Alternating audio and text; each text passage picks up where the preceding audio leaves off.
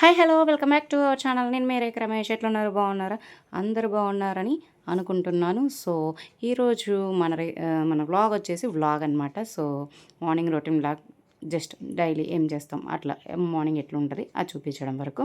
So first లేసి చకచక ఉచ్చాలు ముగ్గులు పెట్టేసుకొని ఇల్లంతా అలికేసుకొని, ఇల్లంతా అలకడం అంటే ఇంటి చుట్టూ కొడుక్కోవడం, ఊడ్చుకోవడం, తుడుచుకోవడం ఇట్లా ఉంటాయి. ఇల్లు తుడుచుకోవడం. సో అవన్నీ తర్వాత వాషింగ్ మిషన్, బట్టలు అవి వేసేసి పక్క పెట్టేస్తే ఈ పిల్లలు లేస్తారు. ఇంకా వాళ్ళ పని, వంట పని, ఆ పని, ఈ పని.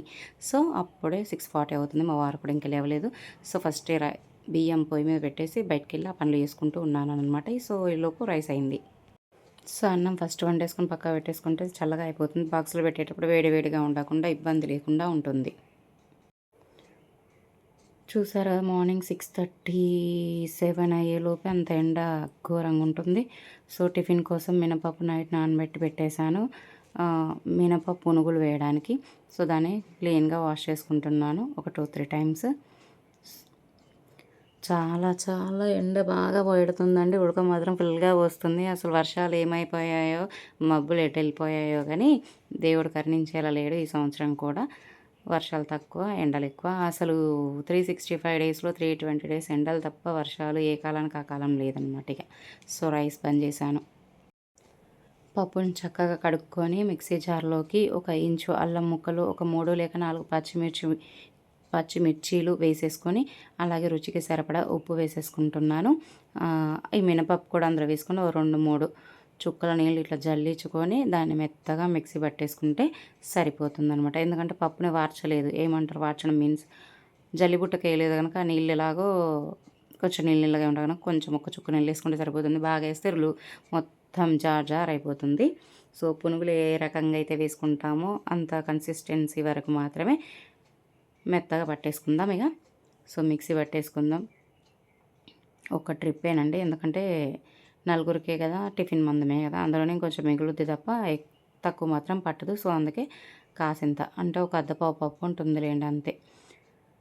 చక్కగా మెత్తగా గ్రైండ్ చేసేసుకోవాలి. సో దాన్ని మళ్ళీ ఒక గిన్నెలకు వేసేసుకొని దాంట్లో కొంచెం జీలకర్ర వేసేసుకొని కలిపేసుకొని పిండిని పక్కకు పెట్టేసేసుకుంటే చక్కగా మన పునుగు ఉబ్బుతుంది. అయితే నేను తినే సోడా వేయలేదు, ఎందుకంటే నేను చాలా వరకు 99% తినే సోడాని వాడను. సో అందుకే వెయ్యను. కాస్త ముందుగానే ఇలా మెత్తగా పట్టేసేసుకొని బాగా కలిపేసేసుకొని పక్కకు పెట్టుకుంటే ఆటోమేటిక్గా అదే ఉబ్బుతుంది. ఎందుకంటే మనకి మంచివి కాదు అనుకున్నప్పుడు పదే పదే వాడిని వాడడం ఎందుకు అనేసి అంతే. మీకు నచ్చితే మీరు వేసేసుకోండి, నాకైతే సరిపోతుంది. సో అలా చూసారు కదా, అంత బాగా గట్టిగా కలిపేసేసుకుని పక్కకు పెట్టేసుకుంటే ఒక హాఫ్ అన్ అవర్కి అది ఖచ్చితంగా మంచిగా ఉబ్బుతూ ఉంటుంది. ఇక పిల్లలకు పాలు పోసేస్తున్నాను. దానికోసం పొయ్యి వెలిగించేసుకుని స్టవ్ దాని మీద పాలగిన పెట్టేసుకున్నాను. పక్కన చూసారు కదా మీగడ కనిపిస్తుంది, మీగడ డబ్బా. సో దాంతో మనం నెయ్యి చేయాలన్నమాట. అది రెండిపోయింది డబ్బా రెండేంత వరకు ఉంటాం. అదొక 10-15 రోజుల్లో డబ్బా మొత్తం రెండుతుందండి, అంత వస్తుంది నెయ్యి. సో అది రెండాక ఒకేసారి చేసేసుకుంటాం అనమాట. ఇంకా అది కూడా కానిచ్చేస్తాయి ఇదే టైంలో. దాన్ని సపరేట్గా టైం తీసుకొని నేను ఎప్పుడు ఏమీ చేయను. సో మార్నింగే వంటతో పాటు అన్ని పనులు చకచక చేసేసుకోవడమే. సో అది కూడా వేసేసుకుని ఒక 3 టైమ్స్ అయితే మిక్సీ పట్టేసుకుంటే చక్కగా వెన్న రెడీ అయిపోతుంది. దాన్ని మారగా పెట్టేసుకున్నామంటే నెయ్యి అయిపోతుంది. సో ఆల్రెడీ వీడియో పెట్టాను, మీరే సరిగ్గా చక్కగా నీట్గా పెడితే దాన్ని ఎవరు సరిగ్గా చూడలేదు. సో పిల్లలకు బూస్ట్ వేసాను, పంచదార వేయను, పాలు పోసేసి కలిపేసి ఇచ్చేస్తే వాళ్ళ పని వాళ్ళు చేస్తారు, నా పని నేను చేసేస్తాను. కొంచెం లెంతీగా ఉన్నా కూడా చూడండి, బాగుంటుంది బ్లాగ్, చాలా చక్కగా ఉంటుంది. సో సింపుల్గా ఎలా చేసుకోవాలి, సింపుల్గా అండ్ ఫాస్ట్గా అండ్ ఈజీగా, పెద్దగా కష్టపడి ఎలా చేయాలి వామ్మో పని అని అనుకోకుండా చాలా చక్కగా ఈజీగా, టైం తక్కువ పనులు ఎక్కువ అయినా అంత చేసాం అన్న ఫీలింగే ఉండదు.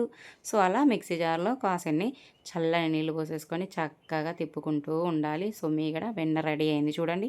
సో వెన్నే కావాలి అనుకుంటే వెన్నను కూడా అలా పెట్టేసుకుంటే బట్టర్ కింద హ్యాపీగా వాడేసుకోవచ్చు. సో కాదు లేదు అనుకుంటే చక్కగా దాన్ని మరిగించేసుకుంటే సిమ్లో పెట్టేసి నెయ్యి రెడీ అవుతుంది. అలా ఒక 2-3 టైమ్స్ వేసేసుకుంటే చక్కగా సరిపోతుంది మా క్వాంటిటీకి. సో మీ మీగడ ఎంత ఉంటే అన్నిసార్లు వేసేసుకోవచ్చు. చక్కగా 2-3 సార్లు నీట్గా ఆ వెన్న మొత్తాన్ని కడిగేసుకోవాలి మంచినీళ్ళతో. కడుక్కోవడం వల్ల ఏంటంటే శుభ్రంగా ఉంటుంది. చక్కగా దాన్ని మసాలా పెట్టేసుకుంటే మంచి శ్రేష్టమైన ఆరోగ్యానికి ఉపయోగకరమైన నెయ్యి మన ఇంట్లో చక్కగా తయారు చేసేసుకోవచ్చు. నా కోసం వేడి నీళ్ళు కూడా పెట్టేసుకున్నాను గ్లాసులో. సో అవి తాగాలి. ఫస్ట్ వర్క్ కదా, మనది మేముంది, మనం తిన్నా తినకున్నా తాగినా నడుస్తుంది. పిల్లలకు మాత్రం టైంకి అన్నీ చేసి పెడితే ప్రశాంతం వాళ్ళది అయిపోతే. సో ఇది కూడా అలా ఒక 2-3 టైమ్స్ వేసేసుకున్నాక చక్కగా కూడా అంత వెన్నెళ్ళింది. దాన్ని అటుపక్క చిన్న పొయ్యి మీద సిమ్లో పెట్టేసాను. ఇటుపక్క వచ్చేసి కడాయి పెట్టేసేసుకొని చట్నీకి ప్రిపేర్ చేసుకుంటే అయిపోతుంది. ఒక 7-8 పచ్చిమిరపకాయలు, ఒక చిన్న కప్పుడు పల్లీలు, కొంచెం కరివేపాకు, జీలకర్ర, వెల్లుల్లి, రుచికి సరిపడా ఉప్పు వేసేసుకొని అవన్నిటిని చక్కగా వేయించేసుకొని వీటిని అన్నిటినీ మిక్సీ జార్లోకి వేసేసుకొని మిక్సీ పట్టేసుకుంటే మన పునుగులకి, మినప పునుగులకి చక్కగా చట్నీ రెడీ అయిపోతుంది. చట్నీ కూడా పెద్దగా నేను క్లియర్గా చెప్పాల్సింది చూపించాల్సింది ఏం లేదు. యాజ్ టీజ్గా నేను ఎప్పుడు ఇదే ప్రాసెస్లో చేస్తాను. ఇంతకుముందు ఆల్రెడీ వీడియో పెట్టేశాను. సో ఏది కూడా చెప్పట్లేదు అనమాట, చెప్పే కాడికి చెప్తున్నాను అంతే. సో కరివేపాకు ఖచ్చితంగా పల్లీలు వేగేటప్పుడు వేసేసుకోండి. అలా వేసుకుంటే ఏంటంటే పిల్లలకి తీసి పాడే ఛాన్స్ మనం ఇవ్వం. బాగా మార్చినట్టు కూడా వేయించుకోకూడదు. ఏదో జస్ట్ వేయించుకుంటే చాలు, పల్లీలు పచ్చివాసన పోయేంత, అంతే తప్ప మాడిపోయేటట్టు వేయించుకున్న రుచి ఉండదు. సో కరివేపాకు కూడా అంతే, చక్కగా లైట్గా వేయించుకుంటే చాలా బాగా బ్రౌన్గా అయ్యేంతవరకు వద్దు. పక్కలో మధ్యలో పక్కన ఉన్న ఆ నేను కూడా కలుపుకోవాలి. చూసారుగా వేగిపోయాయి. సో వాటిని తీసుకొని మిక్సీ జార్లోకి వేసేసుకుంటాను. అలానే అప్పుడే పట్టేసుకొని వేడివేడిగా చల్లగా అవుతుంది. నాకు అక్కడ ఉండే కొంచెం స్పేస్లో ఇవన్నీ చేసుకోవాలి కనుక అందులో వేసేసి దాన్ని పక్కకు పెట్టేస్తాను. సో కళాయి ఒక పక్కకి, నా మిక్సీ జార్ ఒక పక్కకు పెట్టేసుకుంటే నాకు అక్కడ ప్లేస్ ఉంటుంది. మిగతా వర్క్ చేసుకోవడం ఈజీగా ఉంటుంది. లేదంటే చాలా ఇబ్బందికరంగా ఉంటుంది. చల్లగా అయ్యాకే మిక్సీ పడతాను. సో మా పిల్లలు చూడండి బ్రష్లు అయిపోయి పాలు తాగారుగా ఆటలాడుతున్నారు. మా వారు చూసారుగా, మా వారు చేసే ఏకైక పని అదే అనమాట. బట్టలు అస్సలు ఓసిడి ప్రాబ్లం. మనం ఎంత మంచిగా వేసినా కూడా ఆయనకు నచ్చదు. అది ఆ వర్క్ ఆయనే చేస్తారు. పంపు వచ్చిన రోజు నీళ్ళు పట్టుకుంటారు. ఎంత చెప్పినా వినరు. ఆ 2 వద్దు నేను చేసుకుంటానంటే. సో మా వారికి పాలన్నమాట. నేను చేసినా నచ్చదు, చేసుకుంటా అన్నా కూడా వినకుండా ఆ 2 చేస్తారు. కానీ చాలామంది డిసైడ్ చేస్తారు ఆ 2 పనులకే మొత్తం ఆయనే చేసినట్టు. అంతేనండి, జనాలు నరం లేని నలక కదా, ఇష్టం వచ్చినట్టు మాట్లాడతారు. సో చల్లగా అయ్యాక చట్నీ పట్టేశాను. సో ఆ తాలింపు కూడా జస్ట్ ఎక్కువగా కష్టపడకుండా 4 చుక్కల నూనె, అందులో ఒక ఎండుమిర్చి, ఇన్ని తాలింపు గింజలు, ఇంత కరివేపాకు వేసేసి ఆ తాలింపుని తీసుకొచ్చి పోపును మిక్సీ జార్లో వేసేస్తాను. మళ్ళీ ఒక గిన్నె వేస్ట్ చేసుకోవడం ఎందుకు అనేసి అందులోనే వేసేస్తాను. పిల్లలు తిన్నాక అప్పుడు వేరే గిన్నెలోకి వేసేస్తాను. మిగిలింది ఫ్రిడ్జ్లో పెట్టుకుంటాను అనమాట. సో ఇది ఇందులోకి వేసేసాను. మళ్ళీ స్టవ్ మీద కుక్కర్ పెట్టేసుకున్నాను ఆలుగడ్డ టమాటా చేయడానికి. మార్నింగ్ ఏంటంటే కొంచెం ఫాస్ట్ కావాలంటే కొంచెం కుక్కర్లోనే ఎక్కువ శాతం వండుతాను. తొందరగా అయిపోతుంది.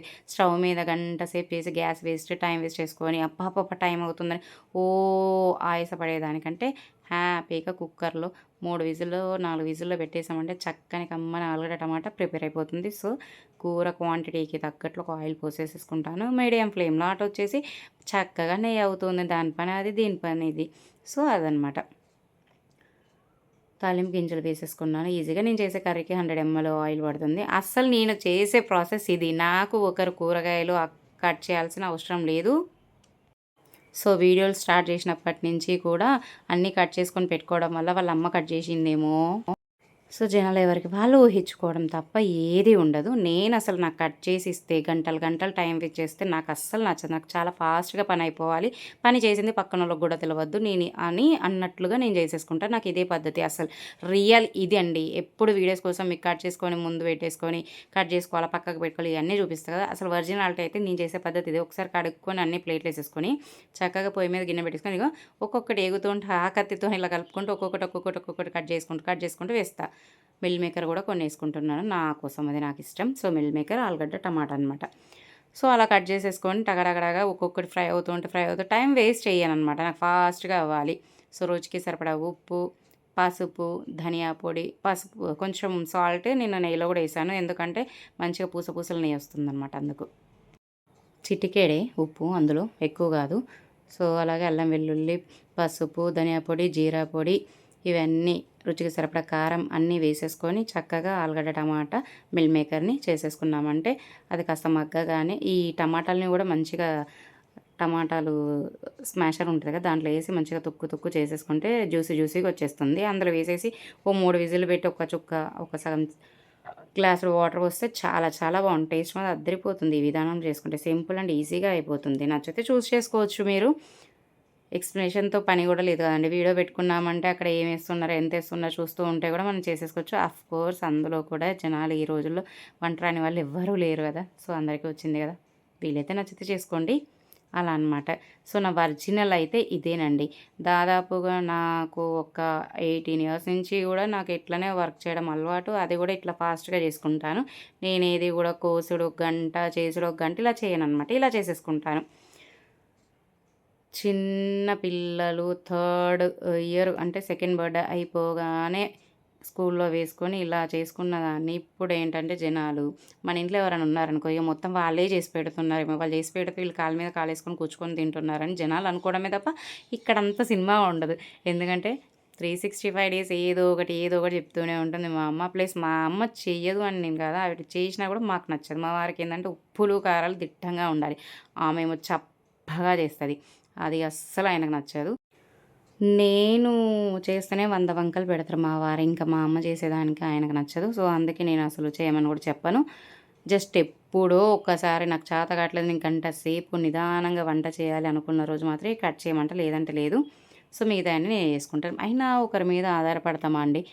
ఈ రోజుల్లో సంపాదించుకోవడానికే సింగిల్ హ్యాండ్‌తో మనం ముందుకెళ్ళి సంపాదిస్తూ సో, మన కష్టంపై మనము ఈ రోజుల్లో సంపాదించలేని వాళ్ళున్నారు. పని చేసుకోలేని వారంటూ ఎవ్వరు లేరు. హ్యాపీగా ఎవరికి వాళ్ళు చేసుకున్నా కూడా ఎవరు చేసి పెడుతున్నారో, ఏం చేసి పెడుతున్నారో వాళ్ళే చేస్తున్నారు, వీళ్ళే చేస్తున్నారు. ఇదే అనమాట. అసలు చిన్నప్పటి నుంచి చూస్తూనే ఉంటారు. ఎక్కువ చేతనే కాదు మా అమ్మకి. ఆవిడ చేసేదే తక్కువ. అసలు మేము ముగ్గురమే ఉండేవాళ్ళం. ఇప్పుడు చేయమంటే ఇంకేం చేస్తారు చెప్పండి ఆవిడ ఏజ్‌కి. ఇంకా ఇంత పుష్ చేయకపోతే ఆ మాత్రం కూడా చేయరు. చేయకపోతే బీపీలు, షుగర్లు పెరిగి కూర్చుంటే కాళ్ళ వాపులు ఇవి తప్ప ఉపయోగం లేదు కదండీ. ఏదో పుష్ చేసి ముందుకు వెళ్ళు అంటే ఇంకా జనాలకు అదొక ఫీలింగ్ అనమాట. సో, చిన్నప్పటి నుంచి కూడా కొంచెం కష్టపడ్డం అలవాటే. షాపు ఇలాంటి బాధ్యతలు చాలానే మోసుకుంటూ ఉన్నాము. ఒకళ్ళు చేస్తేనే నాకు నడుస్తదనేది ఉండదండి. ఎందుకంటే నాది నేను చేసుకుంటాను. సో, మన నెయ్యి కూడా దగ్గర పడింది. సో, ఇంకొక 2, 3 నిమిషాలు పెట్టేసుకొని ఆఫ్ చేసుకోవచ్చు. సో, కొంచెం మెంతులు వేసుకోవాలి దానిలో.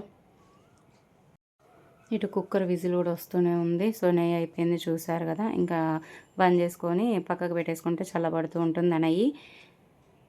ఇక పొయ్యి అలా వెలుగుతూ ఉంది కదా! ఏం పెడుతుందా అని చూస్తున్నారా? కుక్కర్ ఇటు మారుస్తాను. కళాయి పెట్టేసి కళాయిలో ఆయిల్ పెట్టేసుకొని డీప్ ఫ్రైకి సరిపడా మా పిల్లలకి పునుగులు వేసిస్తే సరిపోతుంది. సో, డీప్ ఫ్రైకి సరిపడా ఆయిల్ పెట్టేసుకుంటున్నాను.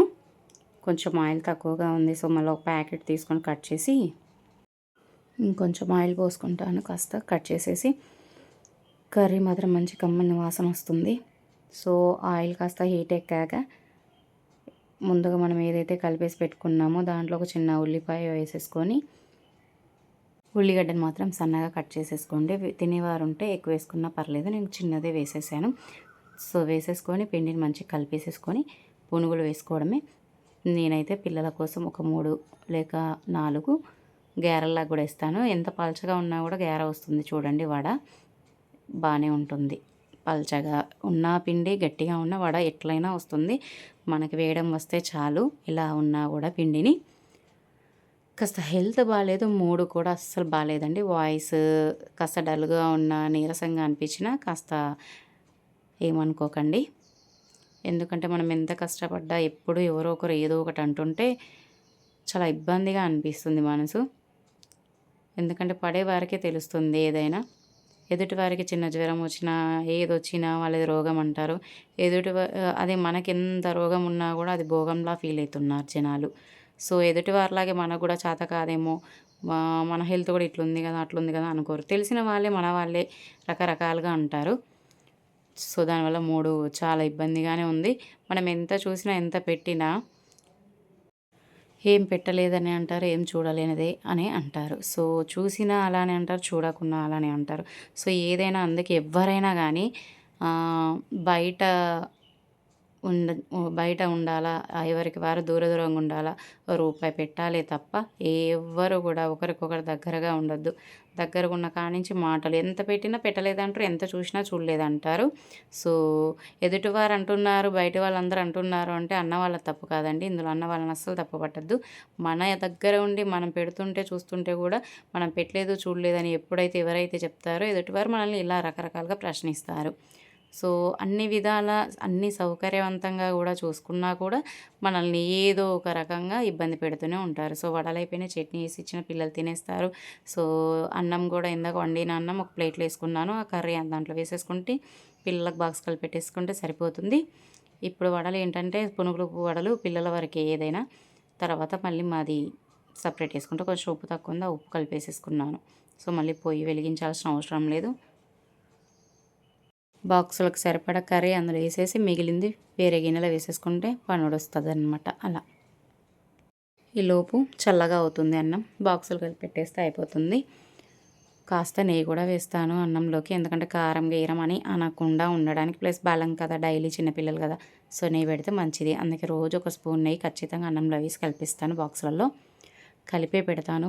ఇలా కలిపి పెడితే ఎట్లా అంటే పిల్లలకి ఇంకా కలుపుకోవడం రాదు. వచ్చినాడు వాళ్ళది వాళ్ళే తింటారు కలుపుకొని, అప్పటి వరకు మనకు పెట్టక తప్పదు. సో ఇద్దరికి చెరొక 2 చక్కెర కేలి అరటి పండ్లు పెట్టేస్తున్నాను బాక్స్కి. స్నాక్స్కి ఎక్కువ శాతం ఫ్రూట్సే ఉంటాయి. గిన్నెలు బోర్లించాలి, ఊరెళ్ళి వచ్చే ముందు అలానే ఉండిపోయాయి. సో పిల్లలు టిఫిన్ చేసేస్తున్నారు, వాళ్ళది అయిపోయింది, పిల్లలు వెళ్ళిపోయారు. సో మళ్ళీ ఆయిల్ హీట్ చేస్తున్నాను. ఇప్పుడు మా టైం. షుగర్లు ఉంటే షుగర్లు ఉన్నాయి అని చెప్పి పని చేసుకోవద్దు అంటారు. షుగర్ ఉంటే తినడం మానేయాలా, తిండిని లిమిట్లో పెట్టుకోవాలా, కంట్రోల్లో ఉండాలా, ఎక్సర్సైజ్ చేసుకోవాలా, వాకింగ్ చేసుకోవాలా. ఇవన్నీ చేసుకుంటూ మన హెల్త్ని మనం కాపాడుకుంటూ వర్క్ చేసుకుంటే ఏ షుగర్లు పెరగవు. సో షుగర్ ఉంది, బీపీలు ఉన్నాయని చెప్పి మనం కాలు మీద కాలేసుకొని కూర్చొని తినాలి అంటే చేసేవారు ఎవరుంటారు? ఎందుకంటే నీకు రోగం అని నువ్వు అనుకున్నప్పుడు నాకు రోగం అని నేను అనుకుంటే ఎవరి జబ్బులు వారివే ఈ రోజుల్లో. సో చేసుకొని తిన్నంత మాత్రం షుగర్ పెరుగుద్దా? పని చేసుకుంటే చెప్పే జనాలకు కూడా నిజంగా అసలు బుద్ధి ఉండంటారో బుద్ధి లేకంటారో తెలియదు కానీ ఏంటండి షుగర్ బీపీలు ఉంటే పని చేసుకోవాలా చెప్పండి? అదేమన్నా ఇదా?